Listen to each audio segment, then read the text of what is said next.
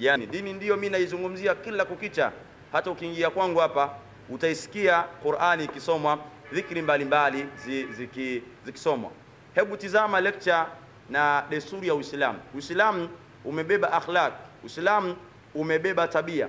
Hata ndani ya Qur'ani al-Karim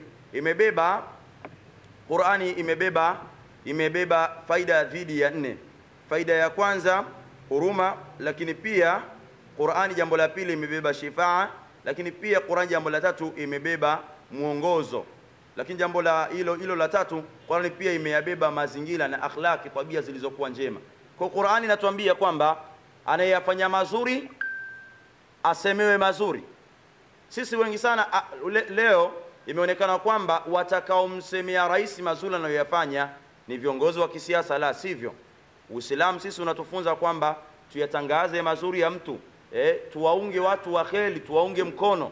Hebu tizama, rais wetu ana kila sababu ya kuungwa mkono na watu wote wa dini na Watanzania wote. Rais wetu ni rais ambaye hii ni zawadi kutoa kwa Mwenyezi Mungu, na usipojua thamani ya kitu utakuja kujua baada ya kitu kuondoka. Sisi tuna rais anayoyafanya, hakuna mtu asiyojua. Hata hawa ambao hawayaoni rais anayoyafanya, hawa tunasema hawa ni viziwi na vipofu, hawaoni. Mwenyezi Mungu awache ibra waweze kuiona yale ambayo rais wetu anayafanya. Kwa hiyo sisi tuna haki sana ya kumsemea rais wetu, na sikana kwamba tukimsemea rais tunataka uongozi.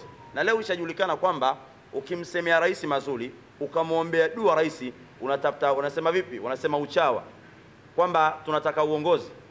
Alafu pia imejulikana Waislamu pia mashekhe kugombea uwenyekiti, kugombea udiwani, kugombea ubunge. Mashekhe gombeeni, hivi haujawaona wachungaji?